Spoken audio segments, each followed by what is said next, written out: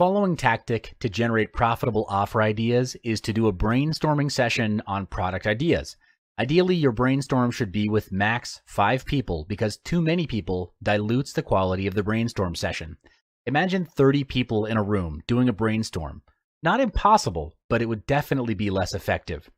As you're brainstorming, put the ideas and suggestions into a mind map. This makes it easier for you to refer back to the ideas after the brainstorm. There are 5 simple steps to do an effective brainstorm. The first step is to set the context. This means that the tone and intention of the brainstorm is clarified up front.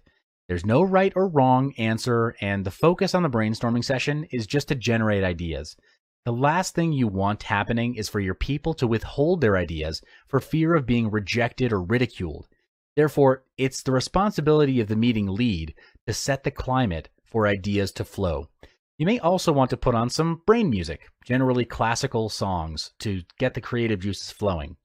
Steps 2 and 3 are to start the brainstorm and get the ideas flowing. The idea is to turn it into a game, where the game is to imagine that there is a balloon that's being thrown around in the room. Every time someone speaks, the balloon bounces from one person to another, and it keeps afloat every time there is silence. The balloon floats closer to the ground. The moment silence passes too long, the balloon pops, and the process starts again. This makes the session fun and engaging. Step 4 is when the session is done, ideally after 20 to 30 minutes, evaluate the ideas. Discuss and decide with the team on what is the biggest problem faced by the target audience and which idea solves their problem. After a decision is made, you move on to step 5, where you write out action points.